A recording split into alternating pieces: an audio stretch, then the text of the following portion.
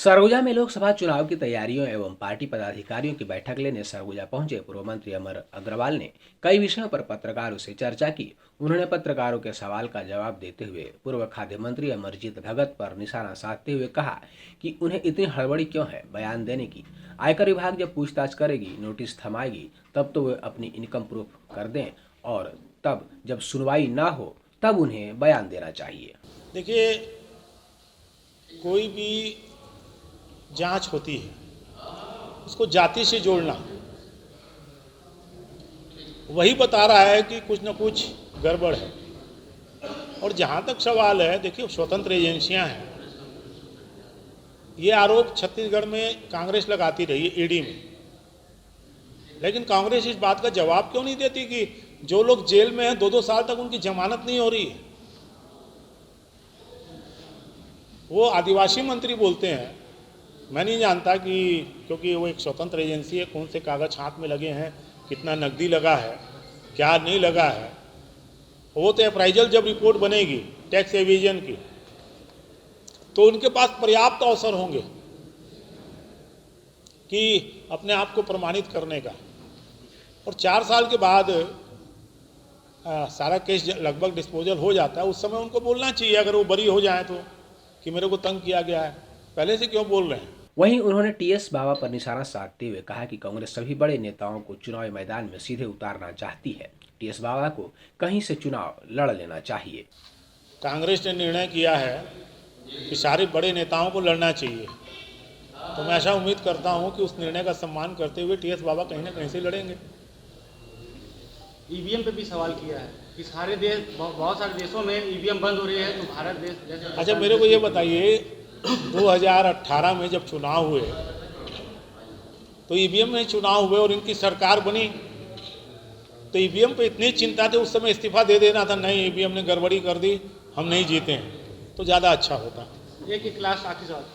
वहीं राहुल गांधी के भारत जोड़ो न्याय यात्रा के सरगुजा प्रवेश पर लोकसभा चुनाव में पड़ने वाले प्रभाव को लेकर मीडिया ने सवाल किया तो अमर अग्रवाल ने कहा कि विधानसभा का रिकॉर्ड देख लीजिए, जहां जहां वे गए हैं वहां कांग्रेस की स्थिति क्या रही है। वाला प्रमोद जी बता रहे थे कि जहाँ जहाँ वो गए, जहाँ जहाँ पैर पड़े संतन के, तहाँ तहाँ बंठाधार, तो 825 से लीड किए। अभी हम लोग 1,92,000 से आगे हैं, ये 8वां विधानसभा में, लोकसभा में। राहुल गांधी आने के बाद मुझे उम्मीद है कि ये आंकड़ा और पार हो जाएगा। कहने मतलब स्टार प्रचारक है राहुल गांधी। हाँ, स्टार प्रचारक आपके राहुल गांधी नहीं, हमारे स्टार प्रचारक तो हमारे पास पर्याप्त स्टार प्रचारक हैं। कांग्रेस के डुबाने के नायक जरूर हैं वो। वहीं चिंतामणि महाराज के सांसद प्रत्याशी के सवाल को टालते हुए उन्होंने कहा कि यह फैसला पार्लियामेंट्री बोर्ड करेगी। चिंतामणि महाराज भाजपा में हैं और रहेंगे। चिंतामणि जी मूलतः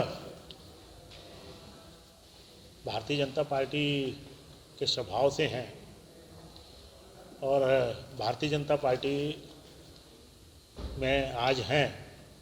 मैंने पहले ही बोला, इन सारी बातों का निर्णय हमारा पार्लियामेंट्री बोर्ड करेगा। जब लोकसभा सांसद के तौर पर रेणुका सिंह द्वारा सरगुजा में क्या किया गया अमर अग्रवाल से पूछा गया तो वे सवालों को टालते हुए दिखे और कहा कि जो यहाँ से सीएम के दावेदार थे, उप मुख्यमंत्री थे और कई पदों पर थे, पहले उनसे सवाल कीजिए, हम तो अभी 1 महीने से सरकार में हैं। 5 साल तक सीएम के दावेदार, डिप्टी सीएम, मालूम नहीं कौन कौन से पद में है। थोड़ा बहुत उनसे भी तो प्रश्न कर लो ना, 5 साल में उन्होंने क्या किया। अरे रेणुका जी बोली थी 5 साल में अपने डिप्टी सीएम थे, सीएम के दावेदार थे, मालूम नहीं कितने महत्वपूर्ण पदों में थे, सर्वे सर्वा थे। हमको तो आया 1 महीना हुआ, 1 महीने में आप हमसे बोल रहे हो 5 साल उन्होंने क्या किया। थोड़ा सा उनसे भी तो विचार विमर्श कर लो ना। वहीं दरिमा स्थित मां महामाया एयरपोर्ट के लाइसेंस की चल रही कार्यवाही पर भी उन्होंने जवाब दिया। लाइसेंस देने नहीं देने का, देखिए रीजनल कनेक्टिविटी अगर इस देश में किसी ने परिकल्पना की तो इस देश के प्रधानमंत्री जी ने की।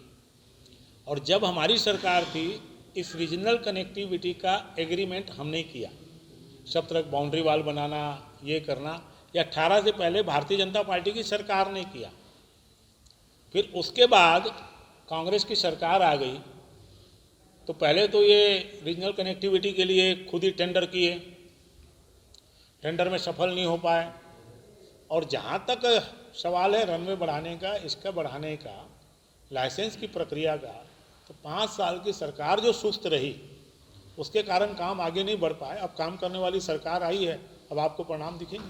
बजट में अंबिकापुर मेडिकल कॉलेज के लिए जरूरी रकम से आधा बजट के आवंटन पर पत्रकारों के सवालों पर अमर अग्रवाल बजट की पूरी प्रक्रिया पत्रकार को समझाते देखे गए।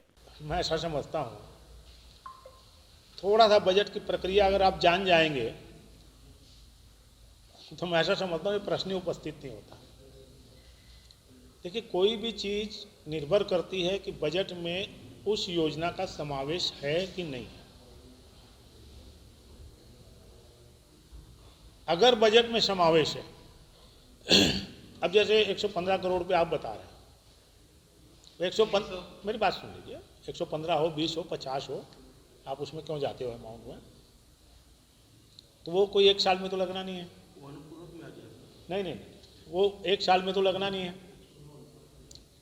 देखिए, उसकी डीपीआर बनेगी, उसकी प्रशासनिक स्वीकृति होगी, उसके टेंडर होगा, तो इसलिए टेंडर की प्रक्रिया तक जितनी राशि है समावेश है।